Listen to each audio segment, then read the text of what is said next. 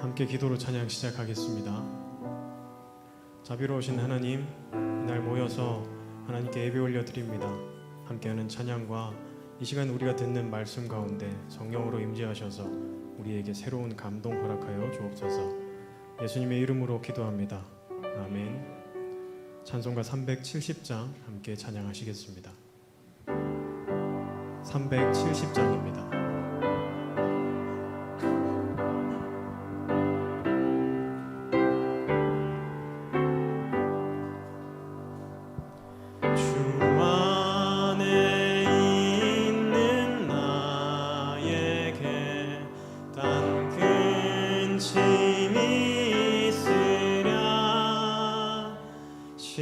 십자가 밑에 나가 내 짐을 풀었네. 주님을 찬송하면서 할렐루야 할렐루야. 내 앞길 나 주님만 따라가리.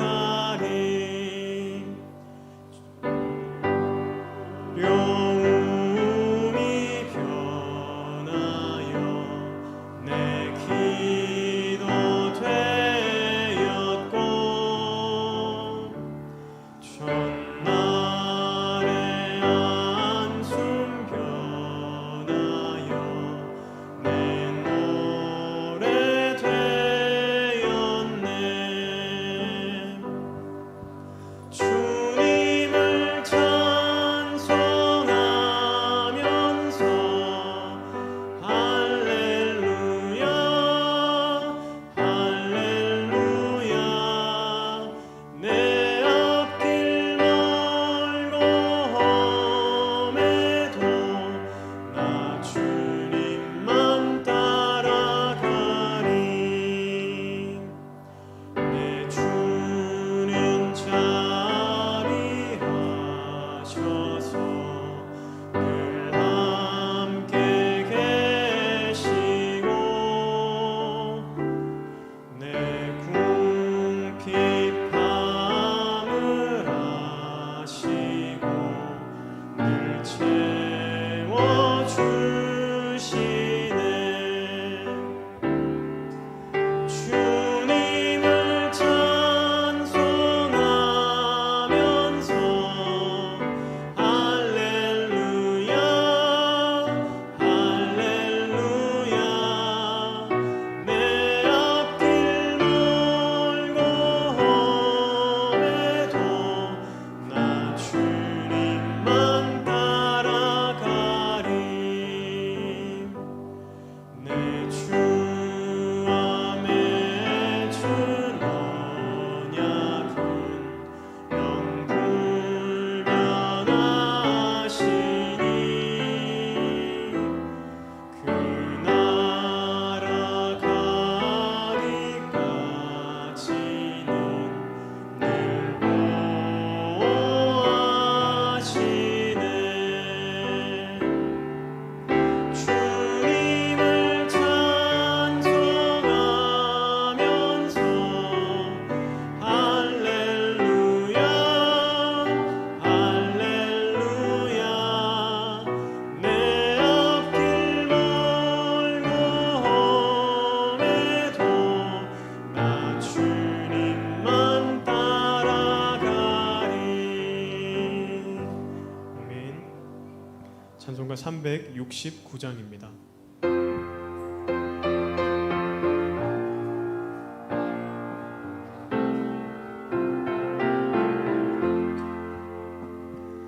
죄짐 맡은 우리 구주 어찌 좋은 친구인지, 걱정 근심 무거운 짐 우리 주께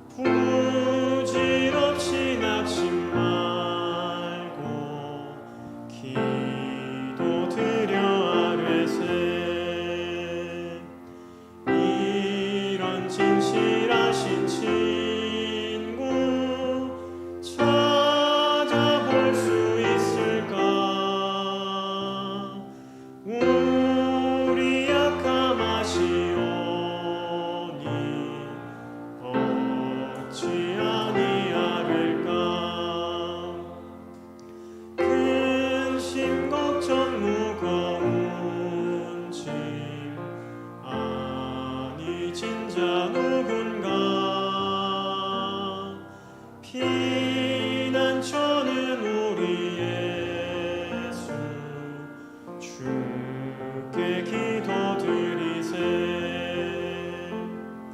세상 친구 멸시하고 너를 조롱하여도 예수 품에 안기어서 참된 위로받겠네.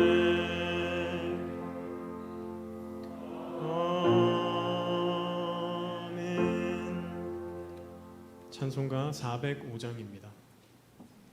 찬송가 405장입니다.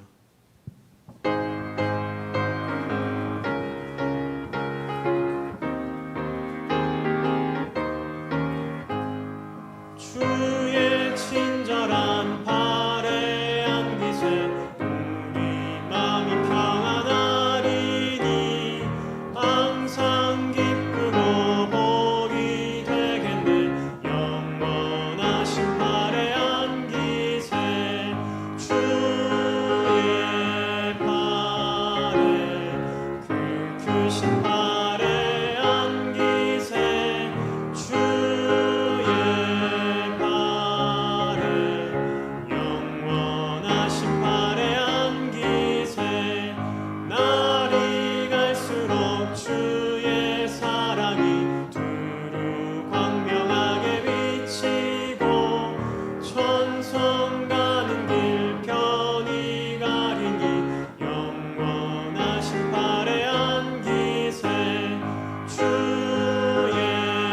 발에 그 크신 발에 안기세. 주의 발에 영원하신 발에 안기세. 주의 보좌로 나갈 때에 기뻐 찬미 소리 외치고 겁과 두려움 없어지리니 영원하신 발에 안기세. 주의 발에 그 크신 발에 안기세. 주의 발에 주의 발에 주의 발에 그 크신 발에 안기세. 주의 발에 영원하신 발에 안기세. 함께 예배를 위해서 기도하시겠습니다.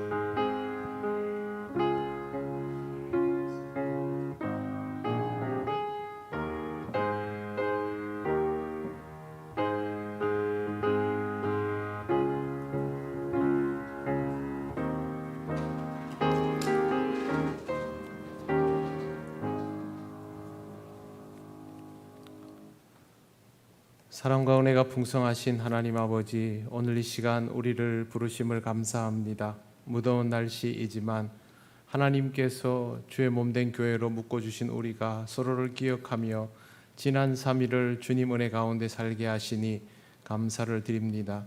어렵고 힘든 시절이라 할지라도 언제나 우리에게 하나님의 은혜가 있음을 잊지 않고 살아갈 수 있도록 성령님 우리를 지키시고 인도하여 주시옵소서.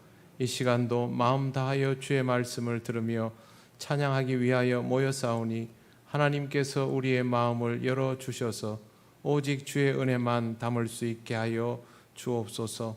마음에는 원이지만 여러 가지 이유로 주의 전에 오지 못하는 이들이 있으며 또 사회적 거리두기로 인하여 이곳에 오지 못하는 이들도 있습니다. 하나님 그들의 마음을 지켜주시고 또 하나님 이 자리에 없더라도 인터넷을 통하여 함께 주의 말씀 들으며 기도하는 심령들 위에도 풍성한 은혜를 더하여 주옵소서. 우리에게 속히 좋은 날을 허락하여 주셔서 주님 앞에 마음껏 찬양하며 서로의 얼굴을 보고 웃을 수 있는 시간이 속히 오게 하여 주시옵소서. 이 시간을 통하여 하나님께서 우리에게 은혜의 풍성히 주실 것을 믿사오며 예수님 이름으로 기도드립니다. 아멘. 하나님 말씀 빌립보서 3장 4절에서 16절입니다. 이 말씀은 신약성경 321쪽에 있습니다.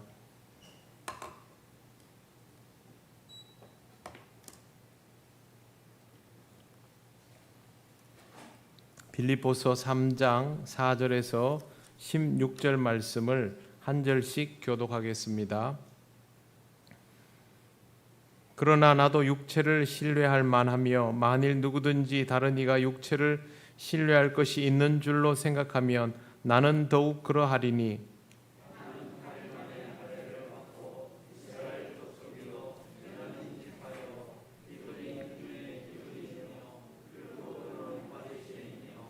열심으로는 교회를 박해하고 율법의 의로는 흠이 없는 자라.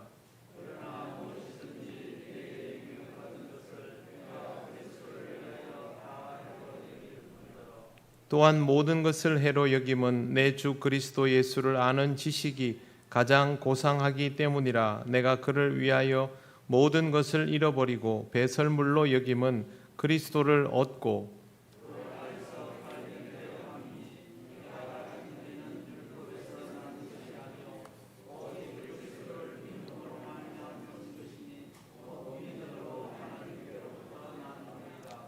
내가 그리스도와 그 부활의 권능과 그 고난의 참여함을 알고자 하여 그의 죽으심을 본받아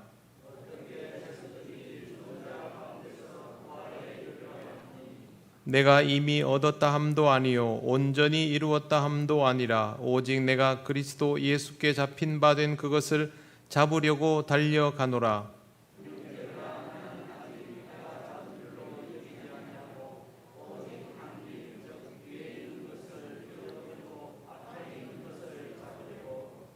표대를 향하여 그리스도 예수 안에서 하나님이 위에서 부르신 부름의 상을 위하여 달려가노라.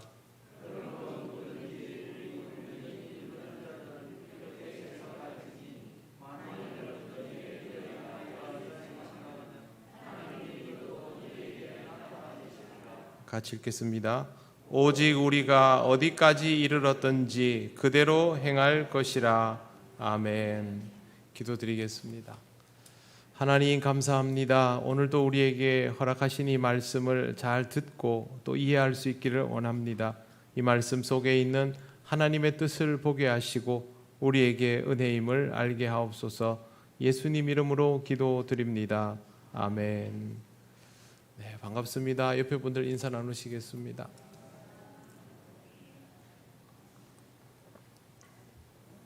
오늘 많이 더우셨죠? 네, 통영이 이러면 안 되는데 그죠? 네, 제가 기억하기로 몇 년 전만 해도 통영은 한 달에 30도 넘는 날이 손가락으로 꼽을 정도였는데 이제는 30도를 자연스럽게 넘기고 있는 걸 보면 우리 생각보다 환경이 더 빨리 변한다라는 생각을 하게 되었습니다. 이렇게 더운 것도 다 우리 탓입니다. 인간이 저질러 놓은 일들이 참 무섭다는 생각을 새삼 느끼면서 우리가 그리스도인답게 하나님의 자녀답게 가져야 할 모습이 무엇인가를 한 번 더 생각해 보면 좋겠습니다. 오늘도 그런 마음으로 이 말씀을 함께 보면 좋겠습니다.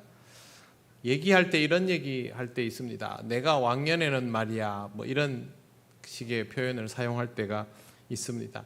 허세를 부리는 분들 중에 이런 분들도 있지만 실제로 왕년에 좀 했던 분들은 이런 말을 해도 사실 무리가 없습니다. 바울은 왕년에 정말 대단한 사람이었습니다. 기독교인들에게는 악질적이고 골치 아픈 존재였지만 유대 사회에서는 따를 이가 없을 만큼 독특하고 열성적인 사람이었습니다. 오늘 4절 말씀에 보면 나는 더욱 그러하니 라는 표현이 있는데 이걸로 다 설명이 될 정도입니다. 유대인 중에서도 더욱 그러한 사람이 바로 바울이라는 뜻입니다. 5절부터 보면 바울이 자기 소개를 이렇게 합니다. 나는 8일 만에 할례를 받고 8일 만에 할례를 받았다는 말은 태어나니 유대인이었다라는 뜻입니다. 이방인도 유대인의 회중에 들어오게 되면 할례를 받습니다. 하지만 그건 장성하여서 하는 일이고 8일 만에 할례를 받는 것은 혈통적으로 순혈 유대인이어야만 이렇게 할 수 있습니다. 그러니 바울은 둘도 없는 유대인이라는 뜻입니다. 그 다음 이스라엘 족속이요 라고 되어 있습니다. 이 표현 역시 이스라엘 하나님께서 함께 하시고 승리케 하시는 민족 이름 그대로 즉 선민입니다. 바울은 바로 이삭의 적통을 계승한 야곱의 후손이죠. 그 다음에 베냐민 지파입니다.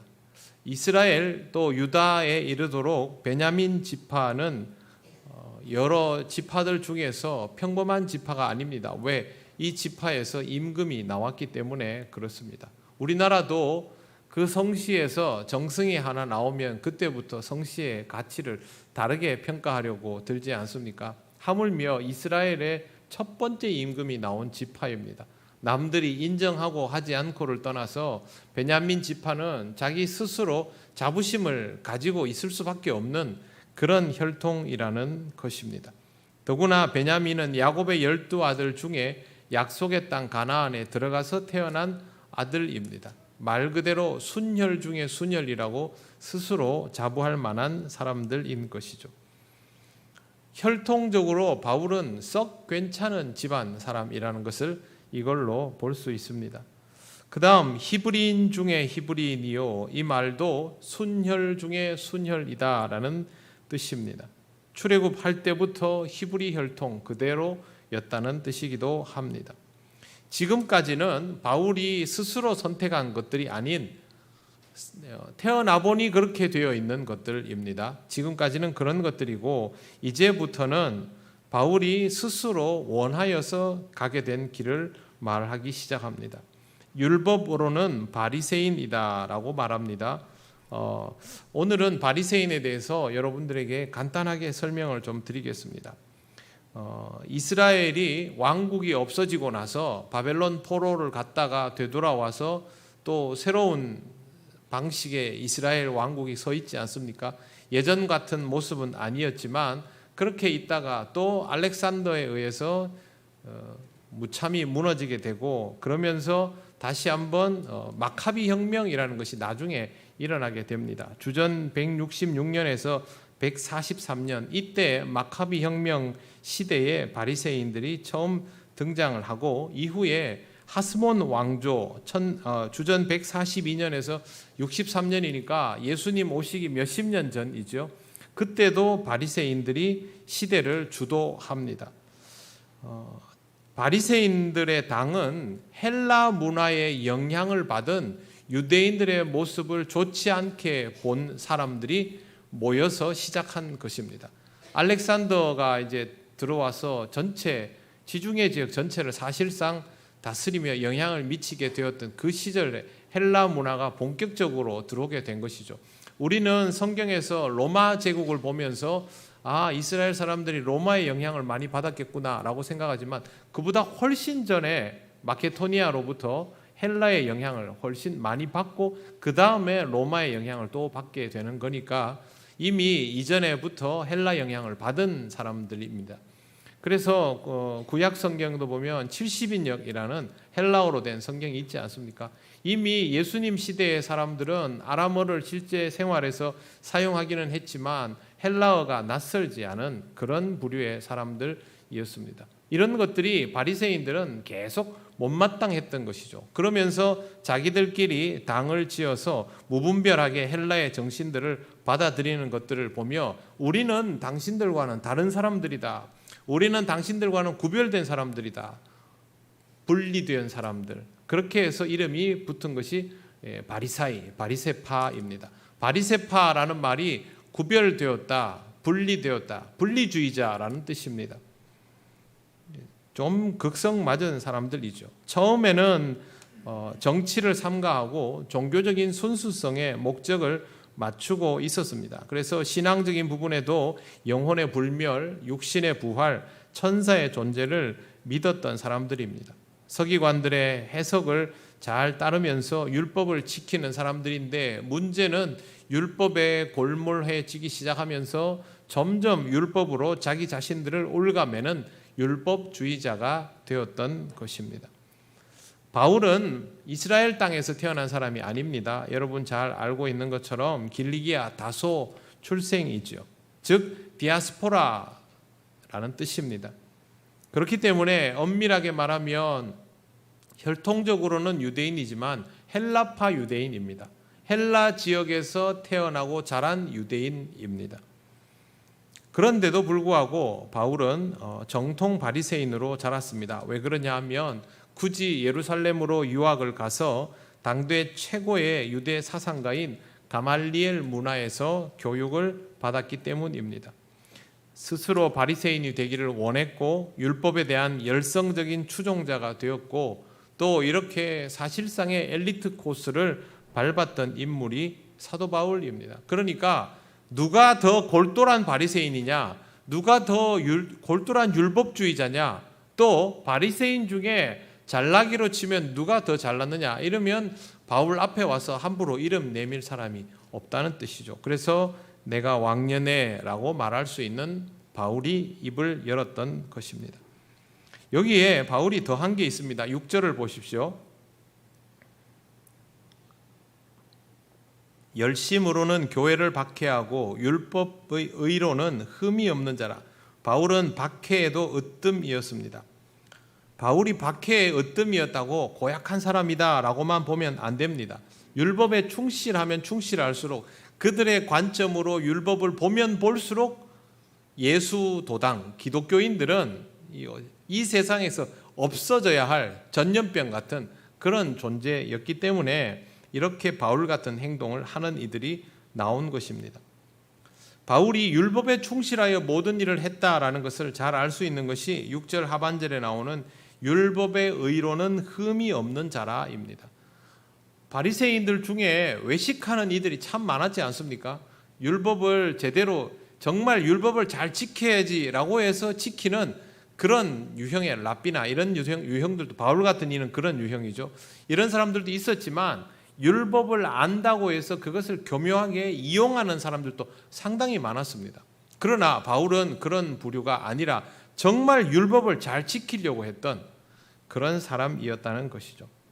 한마디로 바울은 대단한 사람입니다. 그런데 보십시오. 바울은 이제까지 이야기한 것들에 대해서 이렇게 말합니다. 7절. 그러나 무엇이든지 내게 유익했던 것들을 내가 그리스도를 위하여 다 해로 여길 뿐더러. 자신에게 유익한 것들이 이제는 의미 없다, 이렇게 말할 수 있습니다. 우리도 신앙생활 하다 보면 내가 예수 믿고 나니까 옛날 것들 별로 중요하지 않더라, 이 정도는 말할 수 있죠. 하지만 바울은 그게 아니라 해롭다라고 말합니다. 이유는 그리스도 때문에 그렇습니다. 자신이 이게 해롭다 하면 구체적으로 뭐가 되냐 하면요, 자기가 유대인이라는 사실이 이점이라고 생각했는데 그게 해롭다는 뜻입니다. 자기가 이스라엘 백성이라는 사실이 이롭다고 생각했는데 알고 보니 그리스도 앞에서 이게 해롭다는 뜻입니다. 히브리 백성이라는 것, 8일 만에 할례를 받은 것, 또 최고의 교육을 받고 철저한 바리새인이 되었다는 것, 심지어 율법에 능통했다는 것, 율법을 잘 지켜왔다는 것, 이것조차도 그리스도 앞에서는 쓸모가 없다 정도가 아니라 해롭다라고 바울은 말한 것입니다. 진심일까요? 진심입니다. 왜 그러냐 하면 이것 때문에 구원을 받지 못할 수도 있으니까 진심입니다. 실제로 그렇지 않습니까? 이스라엘 사람들은, 즉 유대인들은 이것 때문에 구원을 못 받고 있습니다. 온 세상이 다 예수 그리스도를 만나고 그리스도를 구주로 고백하고 주님의 몸된 교회를 이루어도 택한 백성이라 불리는 이스라엘은, 유대인들은 그들이 유대인이기 때문에 하나님의 구원에 들어가지 못하고 있지 않습니까? 그러면 그들이 유대인이라는 것이 이롭습니까? 해롭습니까? 이롭습니까? 해롭습니까? 해로워지는 거 아닙니까? 제가 유대인이었으면 제가 아직도 안식일을 지킨다 그러고 그러고 있지 않겠습니까? 저는 정말 다행으로 기독교인이고 한국인입니다. 그래서 지구상에서 제일 신앙생활 열심히 하는 민족으로 태어나가지고, 신앙생활 열심히 하는 게 아니고 우리는 뭐든 다 열심히 하니까 그런 민족으로 태어나서 누구보다 열심히 사는 민족이 되어 있고 불가능도 가능하게 하는 민족이 되어 있는데, 특별히 신앙적으로 이렇게 사모하는 마음을 가진 사람으로 살아갈 수 있는 공동체 구성원이 되어 있다는 게 얼마나 좋습니까? 그러니까 바울이 그냥 허투루 말하는 게 아닙니다. 정말 그게 자기한테는 해롭다라는 걸 나중에 알았다는 것이죠. 하나님을 알고도 구원을 얻지 못하게 된다면, 내가 하나님을 알고도 구원으로 나아가지 못하게 하는 모든 것들은 내 인생에 쓸모가 없는 정도가 아니라 방해물이 될 수 있습니다. 물질 때문에 신앙생활을 제대로 못하는 사람이 분명히 있습니다. 신앙생활을 잘해서 사람들에게 좋은 평판을 얻게 되었지만 권력에 대한 욕구 때문에 자신의 신앙적 순전함을 지키지 못하고 권력 욕구로 나가버리는 그런 유형들도 있습니다. 때로는 세상적인 지식이 너무 충만하여서 그것이 신앙생활을 하는데 장애물이 되기도 합니다. 제가 대학 다닐 때 철학을 전공했습니다. 철학과 교수들은 성경을 다 읽습니다. 그냥 읽습니까? 글 읽는 데는 선수들인데 성경을 읽으면 무슨 의미인지도 이해합니다. 그래서 제가 학교 다닐 때 수업하시던 교수님은 자기는 성경을 2번 읽었다 그러더라고요. 그래서 성경 구절도 모르는 게 별로 없습니다. 하지만 교회를 안 다닙니다. 신앙이 없습니다. 간절한 마음으로, 사모하는 마음으로, 인간의 나약함을 인정하는 마음으로 성경을 읽은 것이 아니죠. 호기심으로, 공부하기 위해서, 더 많은 지식을 습득하기 위해서 그렇게 읽은 것이죠. 굉장히 좋은 교수님이지만 그러나 거기까지가 전부였던 것이죠. 공부를 많이 한 것이 오히려 득이 되지 못하는 그런 모습일 수도 있는 것입니다. 바울과 같은 유대인들은 자신들이 유대인인 것이 지금 오히려 걸림돌이 되고 있습니다. 바리새인이라는 사실은 더더욱 그를 넘어지게 만듭니다. 그런데 이 모든 것들은 그동안 바울을 지탱해 온 것들, 바울이 유익하다고 확신해 왔던 것들입니다. 지금 그리스도인이 되고 나니 이게 이로운 것이 아니라 해로운 것임을 알게 된 것이죠. 삭개오는 어떻습니까? 자신이 욕을 먹으면서까지 모았던 그 재물을 예수님 앞에서 제일 먼저 다 나누어 주겠다라고 했죠.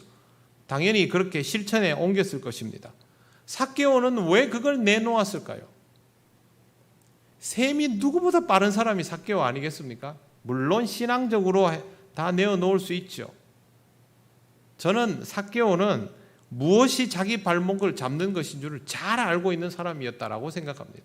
그래서 그걸 내놓은 겁니다. 내 인생에서 가장 좋은 무기는 어쩌면 내 인생의 발목을 잡는, 신앙적으로는 그런 것이 될 수 있습니다. 그럴 가능성이 매우 높습니다. 저는 누가 저한테 물으면 항상 이렇게 대답합니다. 사람은 장점이 곧 약점입니다. 내가 제일 잘한다고 생각하는 것 때문에 사람이 실족하지 잘 못한다는 것으로는 실족하지 않습니다. 왜? 그거는 자기가 이미 부족한 걸 알기 때문에 거기에 대해서는 자만하거나 교만하지를 않거든요.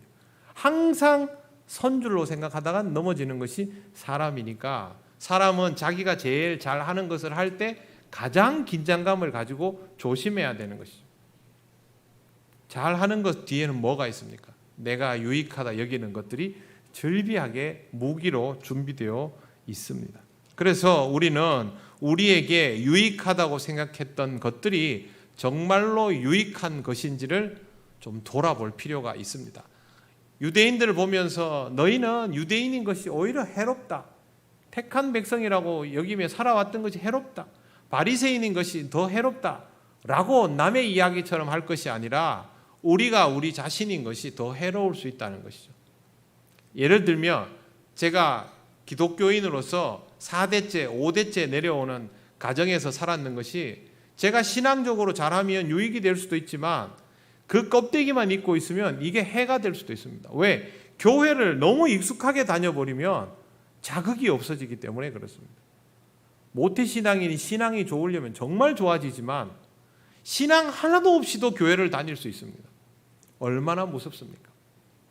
유대인들이 그렇지 않습니까?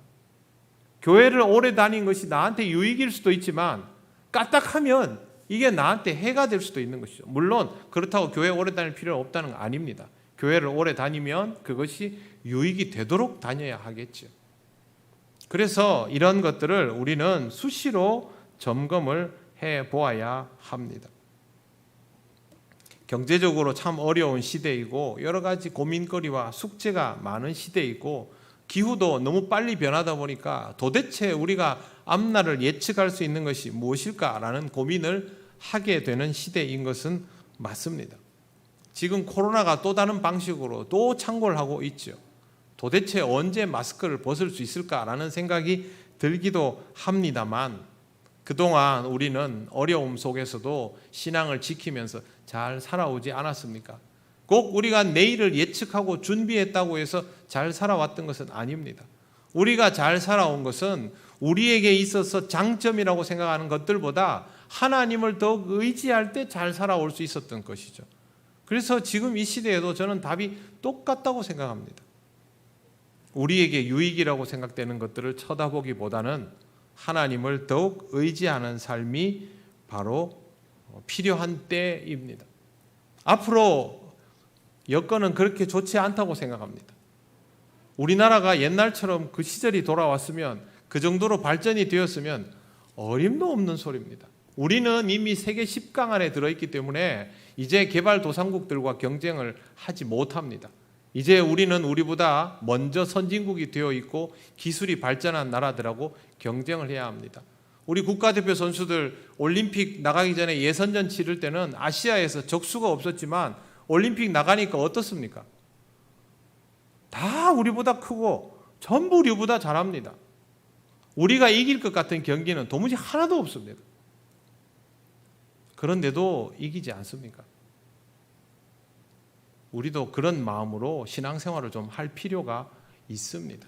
그동안 자신을 자만하면서 그렇게 바라볼 것이 아니라 이럴수록 더욱 주님을 의지하고 내게 있던 유익들에 의지하지 않고 그런 것들은 다 내려놓고 그리스도를 위하는 것이 나를 위하는 것이다 라는 것을 명심하면서 살아갈 필요가 있습니다. 바울은 정말 좋은 것들을 가지고 있었지만 싹 지워내고 오직 그리스도만 바라보기를 원하는 사람이 되었습니다. 8절을 보십시오. 또한 모든 것을 해로 여김은 내 주 그리스도 예수를 아는 지식이 가장 고상하기 때문이라. 그냥 쓸모없다, 나쁘다, 몇 가지가 나쁘다가 아니고요. 8절에 보시면 모든 것을 해로 여긴다라고 말하고 있습니다. 이 말은 바울이 깊은 묵상의 삶에서 이 세상의 것들이 사실상 예외 없이 신앙생활에 방해되는 것들 투성이라는 것을 알고 이렇게 말하는 것입니다. 알고 보니 필요치 않더라는 것이죠. 요즘 우리나라에 캠핑이 유행입니다. 여름 되니까 예전에는 캠핑카를 여름 내내 한 대, 두 대 볼까 했는데 요즘은 그냥 길에 나가면 캠핑카가 지나갑니다. 도심에서 빡빡한 생활을 하면서 빌딩 숲속에서 살다가 우리처럼 맑은 공기 마실 권리도 없는 분들이 캠핑카 타고 와가지고 아니면 엄청난 캠핑 장비를 들고 와서 이곳에서 바닷가에 텐트 치고 고기 구워 먹고 좋겠지요, 당연히. 그런데 여러분, 진짜 캠퍼들은 이런 캠핑을 별로 좋아하지 않습니다. 진짜 캠퍼들은 뭐냐면요, 배낭 딱 하나 메고 그 배낭 안에 정말 필요한 것들만 넣어서 사람들 많이 다니지 않는 그런 곳에 조그마한 1인용 텐트 하나 쳐놓고 불 한 번 안 피우고 정말 자연 속에 녹아져 있는 것처럼 하루를 보내는 그런 고수죠, 고수 캠퍼들이 있습니다. 그 사람들이 참 캠핑의 맛을 아는 사람들이죠. 그 사람들은 캠핑 나오면 이것도 필요하고 저것도 필요하고 불 때 가지고 불멍도 해야 되고 모르겠습니까? 하지만 굳이 필요하지 않은 것들은 다 내려놓고 온다는 것이죠. 그래서 더욱 묘미를 누릴 수 있는 겁니다. 하지만 한 보따리 이사 캠핑은 어떻습니까? 고생이죠. 우리가 신앙생활을 그렇게 할 수 있습니다. 신앙생활을 함에 있어서 이것도 필요하고 저것도 필요하고 한 보따리를 짊어지고 인생을 사는 것이죠. 그러다 보면 신앙의 본질을 찾지 못하고 지쳐버립니다. 뭔가 막 열심히 하는데 신앙적인 성장도 없고 깊이가 추구되지도 않고 내가 가야 할 길이 명확하지도 않고, 그리고 신앙생활은 영적으로 힐링이 돼야 되는데 힐링이 되지 않는 것이죠. 교회를 다니고 예배를 드리고 말씀을 듣고 기도를 드리고 이렇게 하면 내 삶이 맑아져야 되는데 맑아지지 않고 지친다는 거죠. 그러면 우리는 한 번쯤 생각해 봐야 됩니다. 바울이 말하는 것처럼 정말 내가 해로운 것들을 주렁주렁 달고 있지는 않은가, 그걸 꼭 돌아볼 필요가 있는 것이죠. 바울이 다른 것들을 다 해로 여길 수 있었던 이유는 8절 하반절에 나옵니다. 보십시오. 내 주 그리스도 예수를 아는 지식이 가장 고상하기 때문이라 그렇게 말을 하고 있습니다. 가장 고상하다라는 말을 의미에 맞게 번역을 하면요, 뛰어나다, 탁월하다, 능가하다 이런 의미가 있는데, 고상하다라는 말은 모든 것들보다 더 위에 있다 이런 의미가 고상하다입니다. 그리스도 예수를 아는 지식은 이 세상의 어떤 지식보다 더 위에 있다라는 뜻입니다. 그러면 우리가 이 세상의 지식들을 받아들일 때에도 기독교인으로서 그리스도를 아는 지식을 토대에 깔고 그걸 받아들여야 된다는 것이죠. 즉 신앙의 기본이 탄탄해야 세상에 내어놓아도 어떤 학문을 공부하더라도 어떤 직업을 가지더라도 어떤 길을 가더라도 그리스도인으로서 그리스도인의 관점을 가지고 그렇게 할 수 있다는 겁니다. 왜 우리가 교회에서 교회학교를 합니까? 아이들을 왜 교회에 불러 모읍니까? 숫자를 채우기 위해서가 아니죠. 우리보다 더 어릴 때부터 하나님을 만나고 하나님의 말씀을 들어서 아직은 뭔가 잘 모를 듯한 사람들이지만 그래도 이 어린 나이에 하나님의 이름을 부를 수 있게 되고 하나님이 어떤 분임을 알며 우리의 구주가 예수 그리스도라는 걸 알고 또 성령님께 우리의 뜻을 구할 수 있다는 걸 배우고 그 기본기를 가지려고 하는 겁니다. 살아가다 보면 여러 가지 불신하게 될 만한 일들을 앞으로 많이 만나게 되겠지만 또 세상적인 공부를 하다 보면 기독교적이지 않은 부분들도 접하게 되겠지만 이 세상의 문화와 사상 속에서는 하나님이 배제된 것만 같은 것들이 참 많이 있지만 사실상 세상의 모든 것들은 인간을 중심으로 다 표현되지만 그럼에도 불구하고 교회에서부터 나고 자란 우리들은 또 우리의 아이들은 하나님을 먼저 의식하고 하나님에 대한 기본기를 갖추고 이 모든 것들을 접할 때 흔들림이 없게 되는 것이죠. 그걸 하려고 애들을 미리 교회에다가 데려다 놓는 거 아닙니까?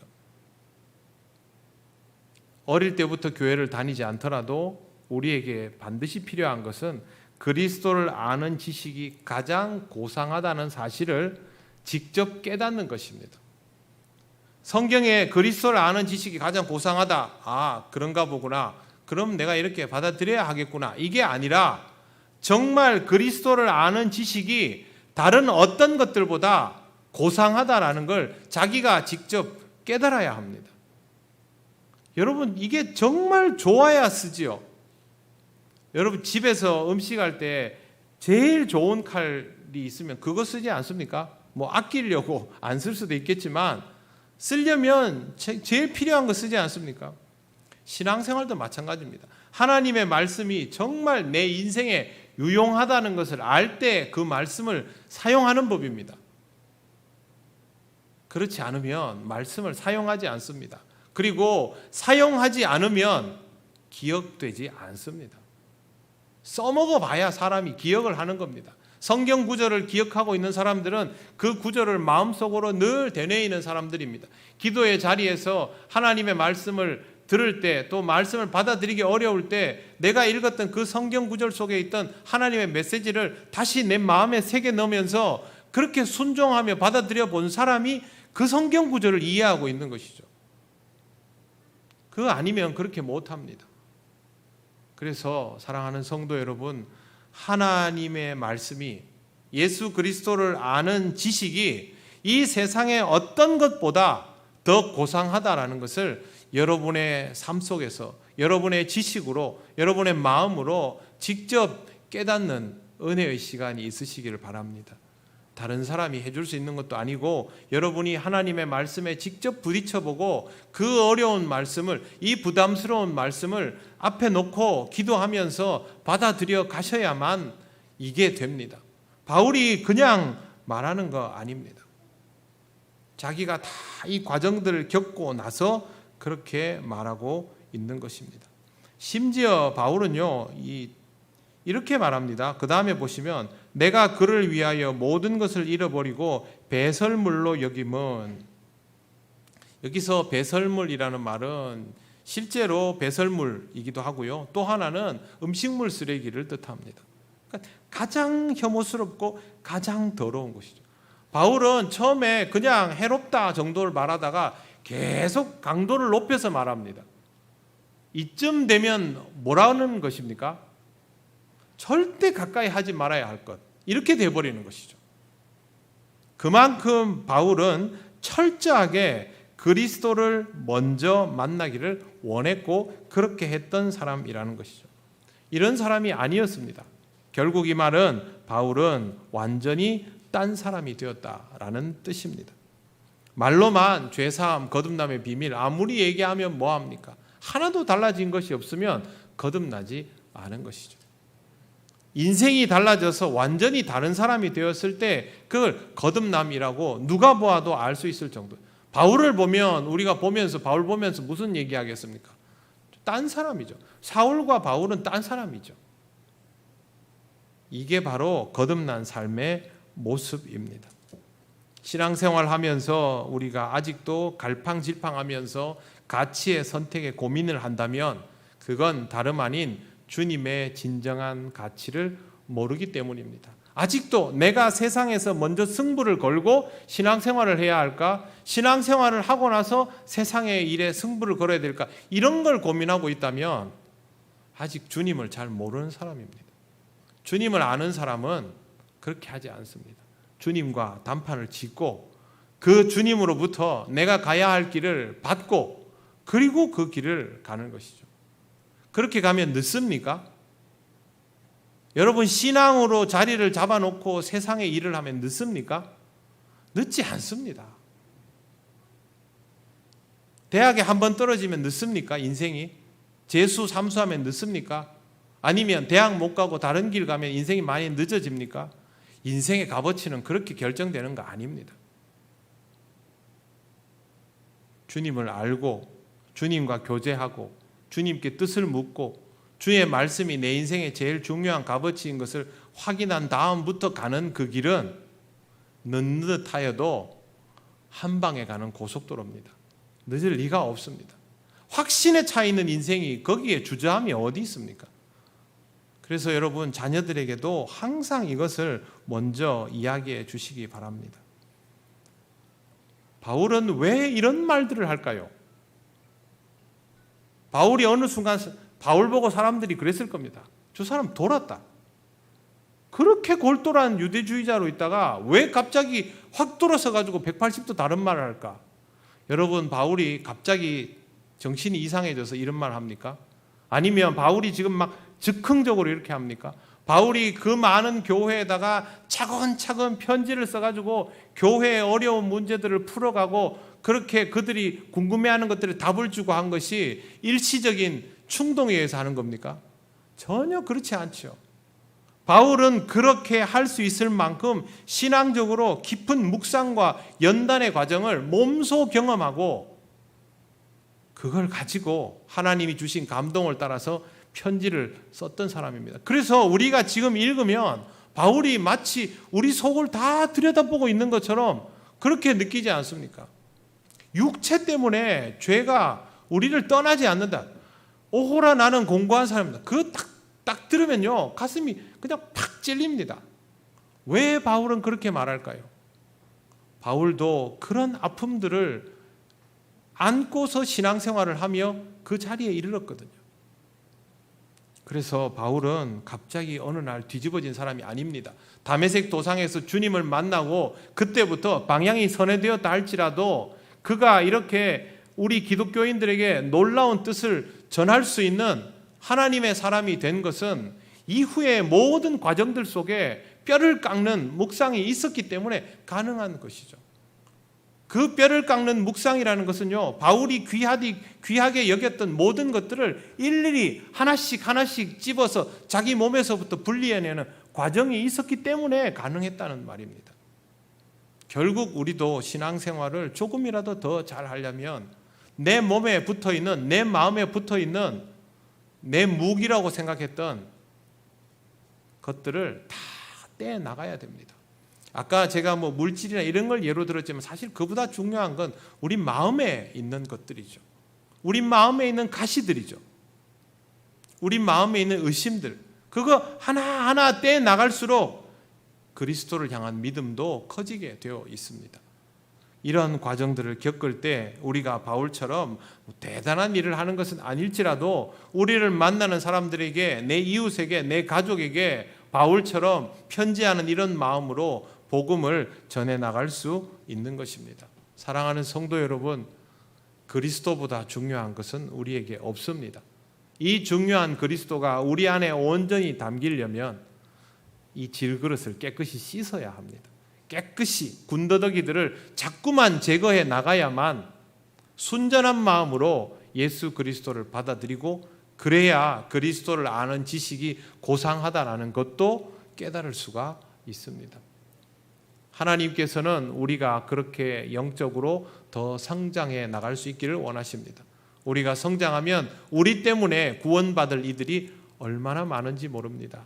그러므로 저와 여러분은 더욱더 바울이 겪었던 이 인고의 시간들처럼 그리스도를 사랑함으로 우리에게 유익했던 모든 것들을 해로 여기고 배설물로 여기는 한이 있더라도 그것들을 하나하나 제거해 가면서 그리스도를 아는 지식 고상함을 여러분의 삶 속에 점점 더 채워 나가시기를 바랍니다.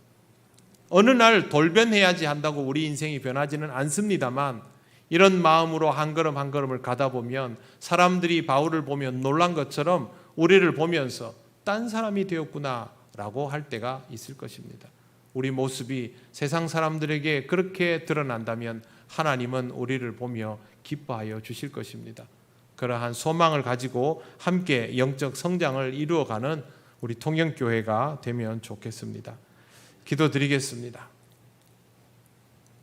하나님 앞에 우리의 부족함을 내려놓고 함께 기도하겠습니다. 하나님, 우리가 두렵고 약한 존재라서 우리에게 유익하다고 여긴 것들을 내려놓는 것이 너무 힘이 듭니다. 그러나 하나님을 믿고 그 길을 갈 수 있도록 인도하여 주옵소서. 그것이 우리에게 해가 되고 그리스도만이 우리에게 유익인 것을 믿음으로 알게 하시고 그리스도를 아는 지식을 더욱 우리 삶 속에 깊이 새겨넣게 하옵소서. 다 같이 기도드리겠습니다. 아버지 하나님, 은혜를 감사합니다. 하나님 아버지, 참으로 우리에게 어려운 일들입니다. 하나님, 두려움 때문에 그렇게 하지를 못하며 살아올 때가 너무 많사오니 하나님 아버지, 우리를 불쌍히 여겨주시고 하나님께서 우리의 인생을 바꾸어 주심을 믿음으로 바라며 나아갈 수 있도록 인도하여 주시옵소서. 하나님, 우리가 무기라고 생각했던 것들, 우리 인생에 정말 유익이라고 생각했던 것들을 찬찬히 다 돌아보게 하시고 그리스도를 알고 그리스도를 만나고 그리스도를 믿는 일에 방해가 되는 것이라면 다 내려놓을 수 있도록 아버지 하나님, 우리의 마음을 담대하게 하시고 결단하게 하셔서 하나님, 정말 하나님께서 기뻐하시는 아름다운 인생을 살아갈 수 있도록 인도하시고 역사하여 주시옵소서. 하나님 아버지, 정말 우리의 삶이 이러한 군더더기로부터 자유로워질 수 있기를 원합니다. 성령님, 우리와 함께하여 주셔서 우리의 인생이 하나님 앞에서 무겁지 않도록 인도하시고 역사하여 주시옵소서. 하나님, 우리가 조금 더 자라서 정녕 하나님을 기쁘시게 할 수 있기를 원하오니 하나님 아버지, 우리가 조금씩 자라날 수 있도록 인도하여 주셔서 정녕 하나님의 기쁨이 되게 하옵소서. 하나님, 은혜를 감사합니다. 말씀을 전하는 저도 또 듣는 우리 모든 성도들도 너무도 부족하여서 우리에게 좋은 것들, 우리가 유익하다고 생각하는 것들을 쉽게 내려놓지 못함을 고백합니다. 그러나 하나님 아버지, 다시 한번 하나님을 믿는 믿음으로 우리의 삶을 천천히 돌아보게 하시고 주를 만나고 주를 믿고 주를 따르는 일에 해가 된다면 그것이 우리 자신을 지키는 마음일지라도 내려놓을 수 있도록 인도하여 주시옵소서. 하나님 앞에 조금씩 내려놓음을 통하여 하나님께로 더욱 가까워지기를 원합니다. 성령님, 우리를 붙드시고 인도하여 주셔서 우리의 삶이 점점 하나님께 가까워지며 하나님을 기쁘시게 하며 그리스도를 닮아가는 귀한 삶이 되게 하여 주시옵소서. 하나님, 우리를 변화시켜 주셨사오니 이 길을 가도록 지켜 주실 줄 믿사오며 예수님 이름으로 기도드립니다. 아멘.